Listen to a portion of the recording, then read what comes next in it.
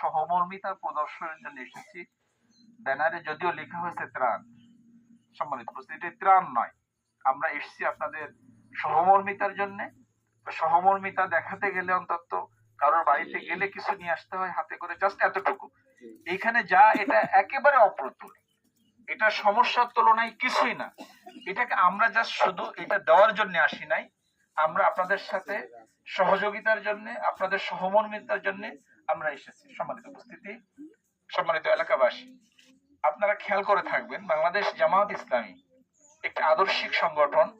আমরা আসলে এখনো পর্যন্ত রাষ্ট্রীয় ক্ষমতায় কখনো যাই নাই, উপজেলাতেও আমরা যাই নাই। আমার একজন ভাইস চেয়ারম্যান ছিলেন কিছু সময়ের জন্য, কোনো সুযোগ তিনি পান নাই। আবার ইউনিয়ন পর্যায়ে আমাদের কোনো প্রতিনিধিত্ব ছিল না। তা আমি বিনয়ের সাথে শুধু আপনাদেরকে একটু অনুরোধ করতে চাই, আপনারা তো সবাইকে দেখেছেন, সবাইকে দেখলেন যে তারা কি করে, কি করেছে। আমাদেরকে একটু একটাবার একটু দেখার সুযোগ দেন, সেটি হলো ইউনিয়ন পর্যায়ে হোক, উপজেলা হোক, জাতীয় পর্যায়ে হোক।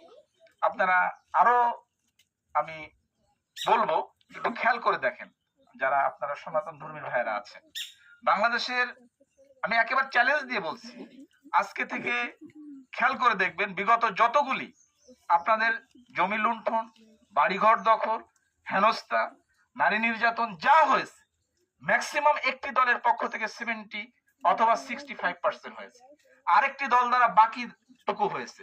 কিন্তু বাংলাদেশের কোথাও কোন জায়গায় একটি ঘটনা দেখাইতে পারবেন না জামায়াত ইসলামী অথবা ইসলামী ছাত্র শিবির দ্বারা কোনো নির্যাতন, কোনো অঘটন, কোনো জমি দখল, কোনো বাড়িঘর দখল, কোনো কিছু হয়েছে। আপনারা একটু, আমি আপনাদের একটু বিবেকের কাছে আপনাদের কাছে এই প্রশ্নটা রেখে গেলাম। যদিও আমাদের ব্যাপারে রিউমার আছে যে জামায়াত ইসলাম যদি ক্ষমতায় আসে হিন্দুরা এদেশে থাকতে পারবে না, নারীরা এদেশে স্বাভাবিকভাবে চলাফেরা করতে পারবে না। এই তথ্যগুলি একেবারে আমাদের ব্যাপারে মিস প্রপাগান্ডা। কারণ তারা জানে এই জনপদে যদি এই সংগঠনটি আসে, এই মজলুম সংগঠন যদি দায়িত্ব গ্রহণ করে, তাহলে এখানে ঘুষ বন্ধ হবে, দুর্নীতি বন্ধ হবে, অন্যায় বন্ধ হবে, অনাচার বন্ধ হবে।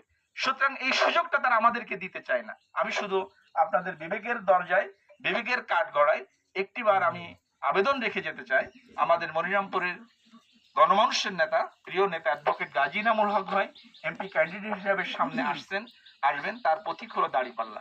আল্লাহ রাব্বুল আলামিন যদি তাকে কবুল করে, আপনারা যদি সহযোগিতা করেন, একটিবারের জন্য, এটা তো সারা জীবনের জন্য না, 5টি বছরের জন্য, আপনারা একটাবার তাকে রায় দেন।